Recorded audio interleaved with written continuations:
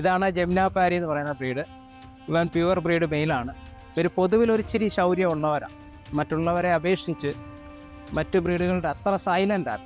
ഈ റോഡ് വീലറിനെ പോലെ കുറച്ച് ഫ്രണ്ട്ഷിപ്പ് ആയി കഴിഞ്ഞ് കഴിഞ്ഞാൽ നമ്മളോട് അത്ര വലിയ ശൗര്യമില്ല. മറ്റുള്ളവരുടെ പോയിട്ട് അത്ര ശാന്ത സ്വഭാവക്കാരെന്ന് പറയാൻ പറ്റുന്നവൻ. രാജസ്ഥാനിൽ തന്നെ കരോളി എന്ന് പറയുന്ന ഇനം ആടിൻ്റെ ആണാടാണ്. ഇവൻ 8 മാസം പ്രായമേ ഉള്ളൂ. ഇവൻ്റെ പാൽപ്പല്ലുകളൊന്നും ഒഴിഞ്ഞിട്ടില്ല. ഇത് നമ്മളുടെ കറാച്ചി എന്ന് പറയുന്ന ബ്രീഡാണ്. ഇത് പാകിസ്ഥാനിലെ കറാച്ചി ആ ബ്രീഡാണ്. ഇവരുടെ കൊമ്പുകളൊക്കെ കുറച്ച് ഹെവിയാണ്. അതുപോലെ കുറച്ചും കൂടി നല്ല കാതും കൂർത്ത കാതുകളാണ്. രാജസ്ഥാൻ്റെ ബ്രീഡാണ് സിരോ. അപ്പം ഇത് അതിൻ്റെ 1.5 വയസ്സുള്ള ബ്രീഡിംഗ് മെയിലാണ്. ഇവന് കൊമ്പില്ലാത്ത മോഴ ടൈപ്പാണ്.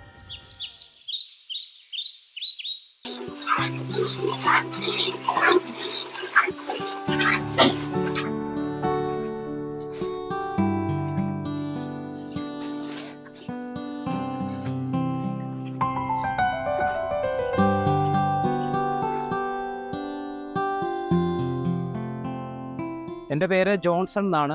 ഞാൻ മാവേലിക്കര താലൂക്കിൽ ചുനക്കര പഞ്ചായത്തിൽ അബിയ ഗോട്ട് ഫാം എന്ന് പറഞ്ഞ് ആടിൻ്റെ ഒരു ഫാം നടത്തുന്ന ആളാണ്. ഞാൻ ഹൈബ്രിഡ് ആടുകളെയാണ് കൂടുതൽ പരിപാലിക്കുന്നത്. അത് 5-6 ഇനം ആടുകളെ പരിപാലിക്കുന്നുണ്ട്. അതിൻ്റെ ആണാടുകളും പെണ്ണാടുകളും നമ്മുടെ ഫാമിൽ. ഇത് സിരോഹി ഇനത്തിൽപ്പെടുന്ന ആടാണ്. ഇത് രാജസ്ഥാനിൽ ഉള്ള ബ്രീഡാണ്. രാജസ്ഥാൻ്റെ ബ്രീഡാണ് സിരോഹി.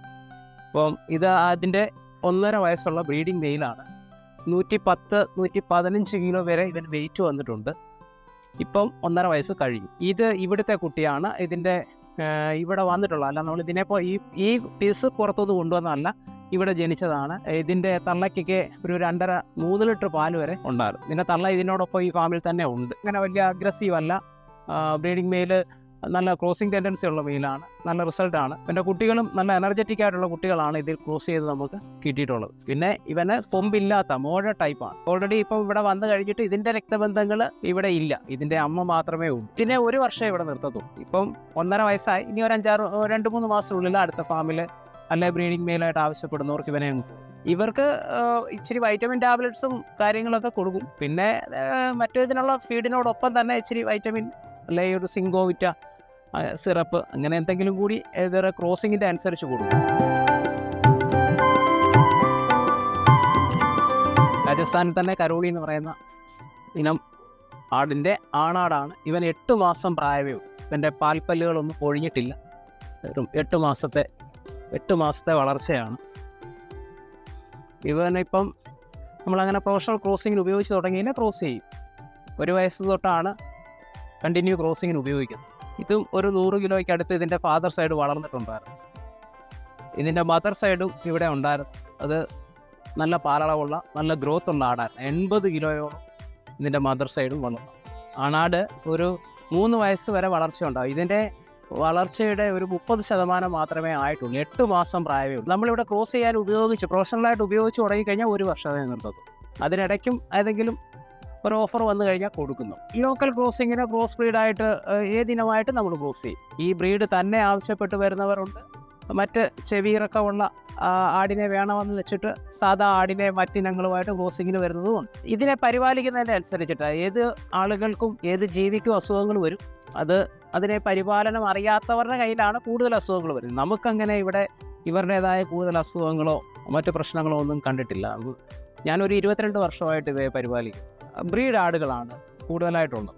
നാടൻ ആടുകളെ ഇത്രയും ഇതായിട്ട് പരിപാലിക്കുമ്പോൾ അതിൻ്റെതൊക്കെ ഒരു പ്രയോജനം നമുക്ക് അതിൽ നിന്ന് കിട്ടുന്നില്ല. അതുകൊണ്ട് ബ്രീഡ് ആടുകളെയാണ് കൂടുതൽ. നാടനാടില്ലെന്നല്ല, ചില സമയങ്ങളിൽ നാടനാടുകളെ നമ്മുടെ ഫാമിൽ വരും. നോർത്ത് ഇന്ത്യൻ ബ്രീഡുകൾക്കൊക്കെ നല്ല പാലളവാണ്. ഈ ഇനത്തിനും 2 ലിറ്റർ പാലുള്ളൂ. ഈ കാണുന്നത് ആടുവർഗത്തിലെ ഏറ്റവും ചെറിയ ആടാണ്. ഇത് കനേഡിയൻ പിഗ്മി എന്ന് പറഞ്ഞ ബ്രീഡാണ്.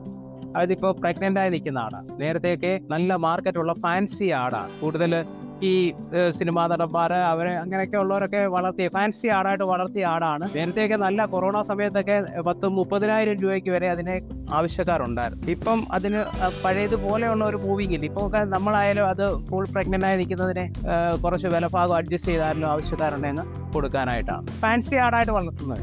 ഇത് നമ്മളുടെ കറാച്ചി എന്ന് പറയുന്ന ബ്രീഡാണ്. ഇത് പാകിസ്ഥാനിലെ കറാച്ചി ആ ബ്രീഡാണ്. ഇവരുടെ കൊമ്പുകളൊക്കെ കുറച്ച് ഹെവിയാണ്. അതുപോലെ കുറച്ചും കൂടി നല്ല കാതും കൂർത്ത കാതുകളാണ്. അറിയാത്തവരൊക്കെ ഹൈദരാബാദി ബീറ്റൽ എന്നൊക്കെ പറയും. പക്ഷേ ഹൈദരാബാദി ബീറ്റലിൻ്റെ കൊമ്പുകളൊന്നും ഇത്ര ഇങ്ങനെ പിരിഞ്ഞു വരുന്നവയാണ്. ഇത് ഡ്രിൽ ബിറ്റ് പോലെ നല്ല ഹെവി ആയിട്ട് പിരിഞ്ഞ കൊമ്പുകളാണ്. കാത് നല്ല 18 ഇഞ്ച് നീളത്തിൽ താഴേക്ക് വരും, പക്ഷെ പിരിഞ്ഞാണ് കിടക്കുന്നത്. ബീറ്റലിൻ്റേത് നല്ല തുറന്ന സ്ട്രെയിറ്റ് ആയിട്ടുള്ള കാതുകളാണ്. ഇവയുടെ ഇങ്ങനെ പിരിഞ്ഞ് കിടക്കും. ഇവയുടെ പെണ്ണാടുകൾക്ക് നല്ല പാലളവുള്ളതാണ്. ഹൈറ്റ് ലെങ്ത് അല്പം കുറഞ്ഞാലും ശരി, ആട് നല്ല ഹെവി ആയിട്ട് നല്ല വെയിറ്റ് ബേസിൽ നന്നായി വളർന്നു. ആടിനെ നല്ല രീതിയിൽ പരിപാലിച്ചു കഴിഞ്ഞാൽ ഒരു 10 വയസ്സ് വരെയൊക്കെ ക്രോസ് ചെയ്യാം. ആടിൻ്റെ പരിപാലനത്തിൻ്റെ അനുസരിച്ചിട്ടാണ് അതിൻ്റെ ക്രോസിങ്ങും കറവയും ഒക്കെ കിട്ടുന്നത്. ആടിൻ്റെ ആയുസ്സിൻ്റെ ഒരു 60% നല്ല ഒരു ക്രോസിങ്ങിനായിട്ട് ഉപയോഗിക്കാം. 15 മുതൽ 20 വയസ്സ് വരെയൊക്കെ ആടിന് ആയുസ്സുണ്ടെന്നാണ് പറയപ്പെടുന്നത്. 10 വയസ്സ് വരെയൊക്കെ ആട് ക്രോസ് ചെയ്യും, പക്ഷേ അതിന് അത്തരത്തിലുള്ള പരിപാലനം കൊടുക്കും. ഇവിടെ ഇവർക്ക് നമ്മളൊരു മിക്സ് ഫീഡാണ് കൊടുക്കുന്നത്. നമ്മൾ തന്നെ കുറച്ച് സോയാ തവിടും ചോളപ്പൊടിയും പരുത്തി പിണ്ണാക്കും എല്ലാം കൂടി ചെറിയ ബേസിൻ്റെ അകത്ത് തന്നെ മിക്സ് ചെയ്താൽ കൊടുക്കും. അത് കൂടാതെ പിന്നെ വൈറ്റമിൻ ടാബ്ലറ്റ്സ് ഇതിൻ്റെ ക്രോസിങ്ങിൻ്റെ അനുസരിച്ചിട്ട് എനർജി ലോസ് ആകുന്ന അനുസരിച്ച് എന്തെങ്കിലും വൈറ്റമിൻ ടാബ്ലറ്റ്സും കൂടി സപ്പോർട്ട് ചെയ്യും. ഇത് ആടുവർഗത്തിൽ നല്ല ഏറ്റവും വലുപ്പമുള്ള ബ്രീഡാണ് ഈ ബീറ്റൽ. അതിന് നല്ല ഒരു 120 കിലോ ഒക്കെ ഗ്രോത്ത് വരുന്നതാണ്. പെണ്ണാടുകൾ ഒരു 80 കിലോ 90 കിലോയ്ക്കൊക്കെ മുകളിൽ വളരുന്ന ആടുകൾ നമുക്കിവിടെ ഉണ്ട്. പാലും നല്ല പാലളവാണ്. ഒരു 3.5-4 ലിറ്റർ പാൽ വരെ ഇവിടെ ആടിനെ കറന്നിട്ടുണ്ട്. നല്ല വലിപ്പമുള്ള കാമ്പുകളും നല്ല ദൃഢതയാർന്ന പാൽ ഞരമ്പുകളും ഒക്കെയുള്ള ആടുവർഗത്തിൽ കൂടുതൽ ആവശ്യക്കാരുമുള്ള ബ്രീഡാണ്. പഞ്ചാബി ബ്ലാക്ക് ബീറ്റലിന് ഒരുമാതിരി നല്ല ആവശ്യക്കാരുണ്ട്. പ്രത്യേകിച്ച് ഇതിൻ്റെ ആണാട്ടും കുട്ടികളെ നല്ല എൻക്വയറി ഉണ്ട്, നല്ല മൂവിങ്ങുള്ളത്. ബ്രീഡിംഗ് മെയിലായിട്ട് വളർത്താനായിട്ട് മറ്റ് ബ്രീഡുകളെ അപേക്ഷിച്ച് കൂടുതൽ അന്വേഷണം വരുന്നത് പഞ്ചാബി ബീറ്റലിൻ്റെ ആണാട്ടുകുട്ടി. ഇത് നമ്മളുടെ ഇവിടെ തന്നെ ഉള്ളതാണ്. ഇതിൻ്റെ ഫാദർ സൈഡ് ഇവിടെ ഉണ്ടായിരുന്നു, അവനെ കൊടുത്തതാണ്. അത് നല്ല സൈസ് വലുപ്പമുള്ള ഒത്തിരിയും ആളുകൾ അതിനെ ഡിപ്പെൻഡ് ചെയ്ത് വളരെ ദൂരേന്ന് വരെ ക്രോസിങ്ങിന് ഇവിടെ വന്നിട്ടുണ്ട്. ശാന്ത സ്വഭാവക്കാരനാണ്. ഇതും അതേപോലെയാണ്. അത്ര വലിയ അഗ്രസീവ്, ആണാടുകളെ പോലെ അത്ര വലിയ അഗ്രസീവ് ഒന്നും. തീറ്റ പരിപാലന കാര്യത്തിൽ മറ്റുള്ളവയേക്കാൾ ഒരു ഇച്ചിരി കൂടി കരുതലും കാര്യങ്ങളും കൊടുക്കും. കാര്യം ഇത് മറ്റുള്ളവയേക്കാൾ അല്പം സൈസ് വലുതാണ്. ഇനിയും കുറേയും കൂടി സൈസ് വളർച്ച ബാക്കിയുള്ളവയാണ്. ഒരു 4 വയസ്സ് വരെ ഇതിൻ്റെ ഫ്രെയിം വളർച്ച ഉണ്ടാവും. പിന്നെ മാംസം കൂടുകയും കുറയുകയും ചെയ്യുന്നത് തീറ്റയെ ഡിപ്പെൻഡ് ചെയ്തിട്ടാണ്. ഒരേ പരിപാലനത്തിൽ വന്നു കഴിഞ്ഞാൽ ഇച്ചിരി തീറ്റ പരിപാലനം മോശമായി വന്നാൽ ക്ഷീണിക്കും, നന്നാവും എന്നല്ലാതെ അതിൻ്റെ ഒരു വളർച്ച പ്രായം ഒരു 4 വയസ്സ് വരെ ഇതിൻ്റെ അസ്ഥികൾ വളരുന്ന ഫ്രെയിം വലുപ്പം കൂടുന്ന സമയമുണ്ട്.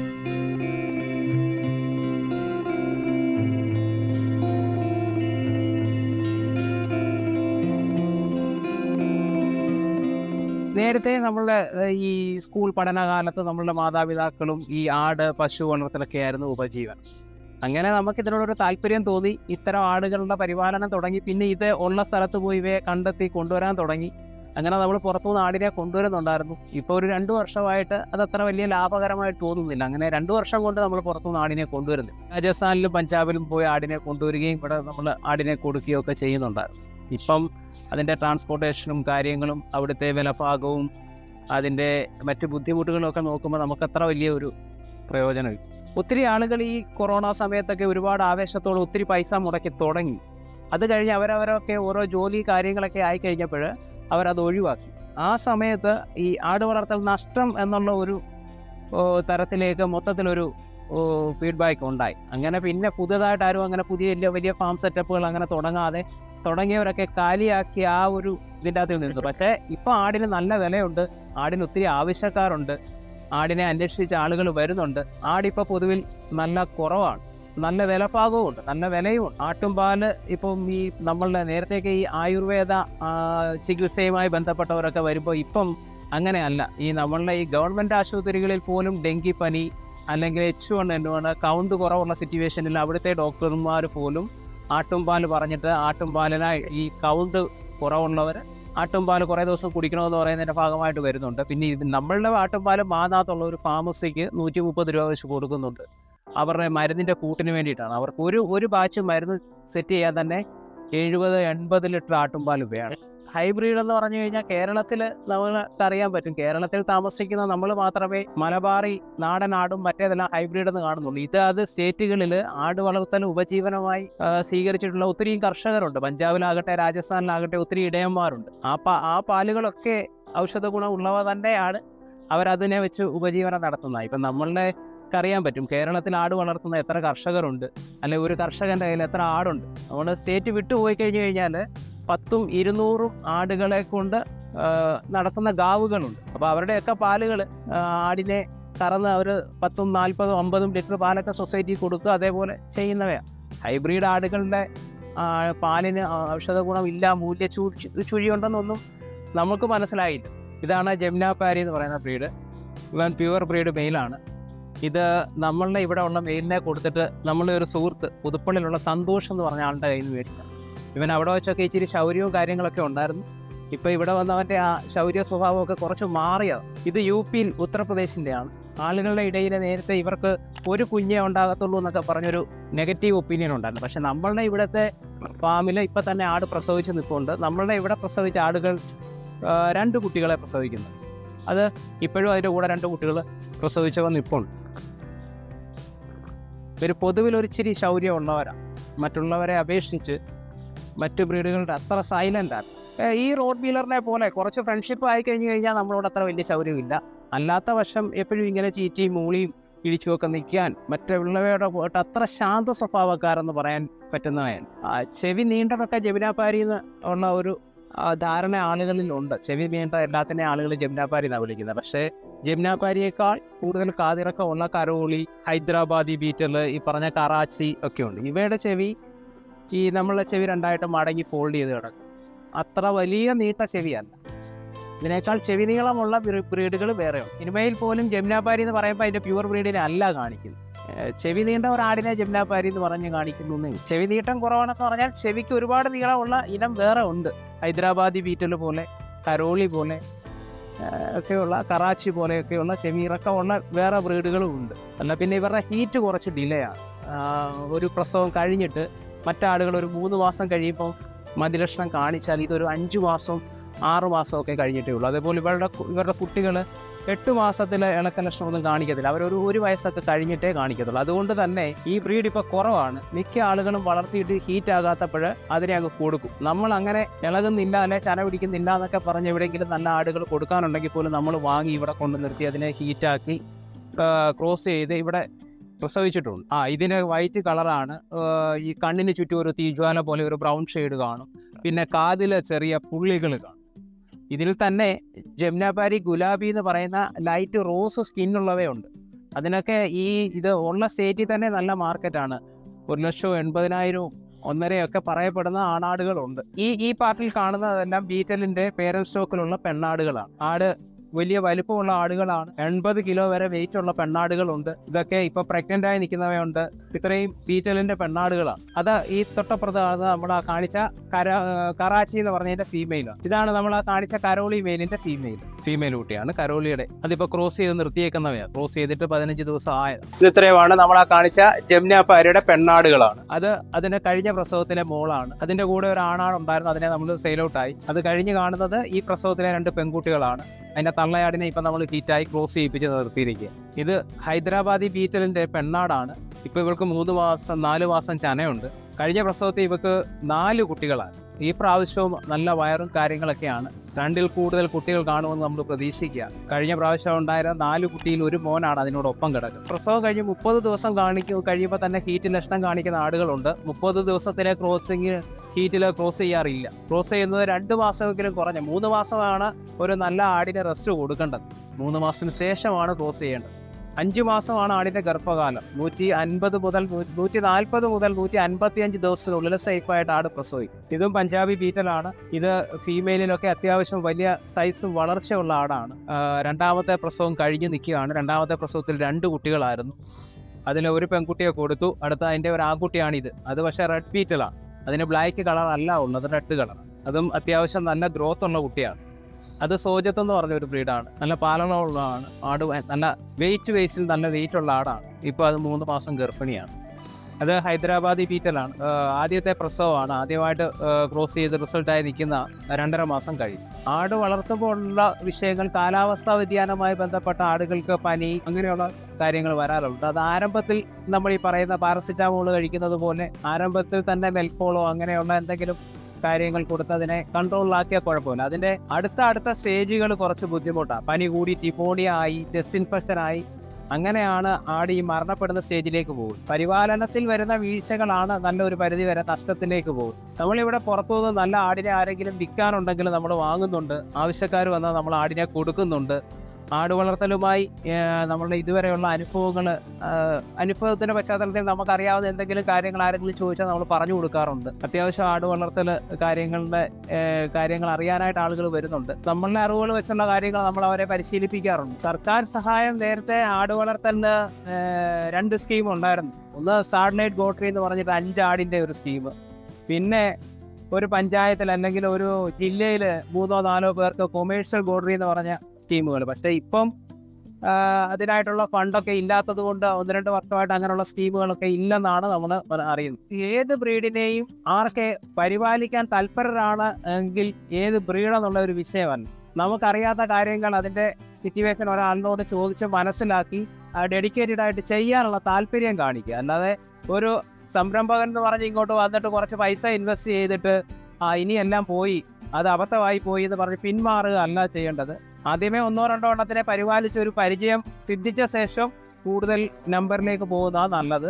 1-2 എണ്ണത്തിനെ പരിപാലിക്കുമ്പോൾ തന്നെ അതുമായിട്ട് കൂടുതൽ അടുത്ത് ഇടപഴകി അതിൻ്റെ ബുദ്ധിമുട്ടുകൾ എന്താണ്, അതിൻ്റെ ഒരു ബുദ്ധിമുട്ട് വന്നാൽ ആരംഭത്തിൽ തന്നെ കണ്ടുപിടിക്കുക എന്നുള്ളതാണ് അതിൻ്റെ പ്രധാന കാര്യം. ഒരു അസുഖത്തിൻ്റെ ആരംഭം കാണുമ്പോൾ അതിനെ പരിപാലിക്കുന്നതാണെന്ന് മനസ്സിലാക്കുക എന്നുള്ളത്. പ്രത്യേകിച്ച് അകിടി വീക്കം വരാനുള്ള കാരണം എന്താണ്, അല്ലെങ്കിൽ അകിടി വീക്കം വന്നാൽ അതിൻ്റെ ആരംഭ സ്റ്റേജിൽ കണ്ടെത്തി കഴിഞ്ഞാലൊക്കെ എന്ന് വെച്ച് കഴിഞ്ഞാൽ നമുക്ക് വലിയ നഷ്ടങ്ങളിൽ നിന്ന് രക്ഷപ്പെടാൻ പറ്റും. അത് അതിൻ്റെ ലാസ്റ്റ് സ്റ്റേജിൽ, അതിൻ്റെ നഷ്ടപ്പെടുന്ന സ്റ്റേജിൽ പോയി ട്രീറ്റ് ചെയ്തിട്ട് കാര്യം. നാടനാടുകൾക്ക് അസുഖം വരുന്നില്ല എന്ന് ആർക്ക് പറയാൻ പറ്റും? എത്രയോ നാടനാടുകൾ നമ്മുടെ അനുഭവത്തിൽ ചത്തുപോകുന്നുണ്ട്. നാടനാടുകൾ നമ്മുടെ നാട്ടിൽ മാത്രമേ ഉള്ളൂ എന്നിരിക്കെ ഇന്ത്യയിലെ ആട് വളർത്തലിൽ നല്ല ഒരു പങ്ക് വഹിക്കുന്നത് രാജസ്ഥാൻ, ഉത്തർപ്രദേശ്, പഞ്ചാബ് പോലെയുള്ള സ്റ്റേറ്റുകളാണ്. അവിടെ നമ്മളുടെ ഈ നാടനാടുകളെ അല്ലല്ലോ പരിപാലിക്കും. അവിടെ ഇവയെല്ലാം അസുഖം വന്ന് ചത്തുപോകാണ്. അല്ല, അതിനെ വളർത്തുന്ന ആള് അത് എത്ര ഡെഡിക്കേറ്റഡ് ആയിട്ട് കൈകാര്യം ചെയ്യുന്നു എന്നുള്ളത്. നാടനാട് എന്ന് ഉദ്ദേശിക്കുമ്പം ഇപ്പൊ പഴയതുപോലെയുള്ള ഈ നമ്മളുടെ വെച്ചൂർ പശുവിനെ പോലെയോ അല്ലെ അങ്ങനെ ഈ ചെറിയ ഇനം നാടനാടുകൾ ഇപ്പൊ കുറവാണ്. എന്താണെന്ന് വെച്ചാൽ ബ്രീഡിംഗ് മെയിലായിട്ട് വളർത്തുന്നവ പലതും ക്രോസ് ബ്രീഡ് മെയിലുകളാണ്.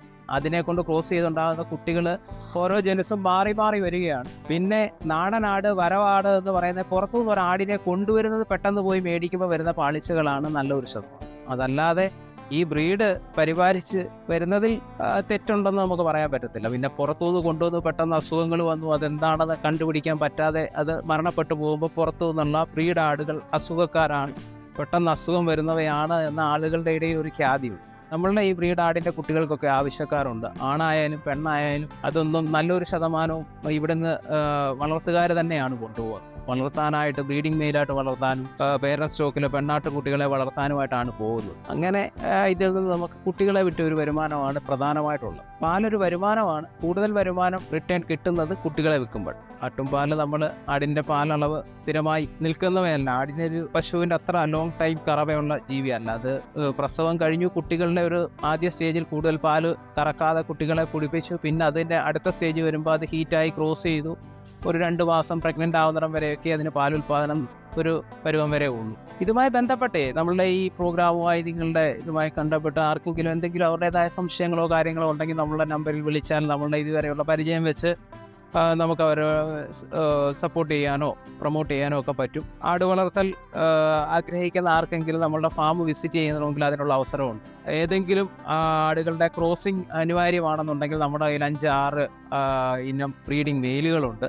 അവർക്ക് അങ്ങനെയുള്ള സപ്പോർട്ടുകളൊക്കെ നമുക്ക് ചെയ്തു കൊടുക്കാൻ പറ്റും. നല്ല ആടുകളെ ആർക്കെങ്കിലും വിൽക്കണമെന്നുണ്ടെങ്കിലും നമ്മളോട് പറഞ്ഞു കഴിഞ്ഞാൽ ഈ കട്ടിങ്ങിനോ അല്ലെങ്കിൽ മറ്റു ആളുകൾ എടുക്കുന്നതിനേക്കാൾ ഒരുമാതിരി കുറച്ചുകൂടെ ഭേദപ്പെട്ട റേറ്റ് നമ്മൾ പോയി അതിനെ കളക്ട് ചെയ്ത് പരിപാലി. ആർക്കെങ്കിലും നല്ല ആടുകളെ ആവശ്യമുണ്ടെങ്കിൽ നമ്മളുടെ ഫാമിൽ എത്തിയാൽ നമ്മൾ കൊടുക്കുകയും ചെയ്യും. ഇത്തരം കൂടുകൾ സെറ്റ് ചെയ്യുന്നത് നല്ല പൈസ ചെലവുള്ള പരിപാടിയാണ്.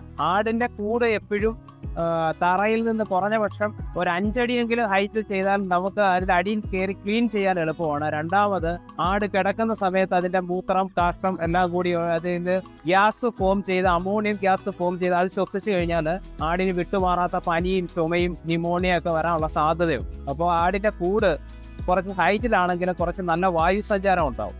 ആട് എപ്പോഴും നല്ല ഫ്രഷ് എയർ ആഗ്രഹിക്കുന്ന ജീവിയാണ്. നമ്മളിപ്പം ആടെപ്പോഴും കുറച്ച് പൊക്കത്തിൽ കയറി കിടന്ന് ശുദ്ധമായി ശ്വസിക്കാനൊക്കെ ഇഷ്ടപ്പെടുന്ന ജീവിയാണ്. അപ്പോൾ നമ്മൾ അതിനെ കെട്ടിയടച്ച ഒരു മുറിയിൽ മൂത്രത്തിലും കാക്കത്തിലും ഒക്കെ കൊണ്ടിടുമ്പോൾ അമോണിയം ഗ്യാസ് അടങ്ങിയ വായു രാത്രി കാലങ്ങളിൽ അത് കിടന്ന് ശ്വസിച്ച് ആടങ്ങ് മെലിഞ്ഞു പോവുക, മാറാത്ത ചുമ വരിക, അങ്ങനെയൊക്കെയുള്ള വിഷയങ്ങൾ ഒഴിവാക്കി കിട്ടും. ഇതിൻ്റെ കൂടിൻ്റെ മെയിൻ്റനൻസ് ഒരു നല്ല സാമ്പത്തിക ബാധ്യതയുള്ള കാര്യമാണ്. നമ്മൾ എന്ത് മെറ്റീരിയൽ ചെയ്താലും അതിന് വലിയ ലൈഫൊന്നുമില്ല. കുറച്ച് നാൾ കഴിയുമ്പോൾ അതെല്ലാം ഓരോ തരത്തിൽ വീണ്ടും വീണ്ടും മെയിൻ്റെനൻസ് ചെയ്യേണ്ടുന്ന ഒരു സിറ്റുവേഷൻ ഉണ്ട്. അതൊരു യാഥാർത്ഥ്യമാണ്. എൻ്റെ ഈ ഫാം ഉള്ളത് ചുനക്കര പഞ്ചായത്തിലെ കോമല്ലൂർ പുളിവേലിൽ മുക്കിലാണ്. എൻ്റെ ഫോൺ നമ്പർ ഈ പ്രോഗ്രാമിൽ നിങ്ങൾക്ക് കാണാൻ സാധിക്കും.